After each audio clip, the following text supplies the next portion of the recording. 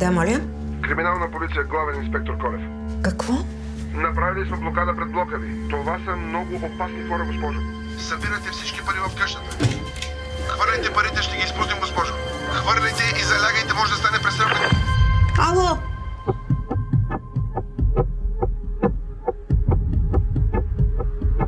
Дойдох за парите. Какви пари? Звънят на произволни номера, докато не попаднат на потенциалната жертва.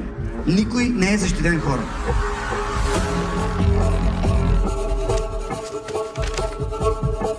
С колко време разполагам?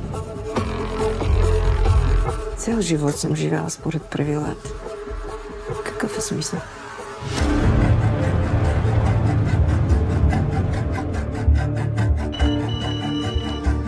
Отвори се работа.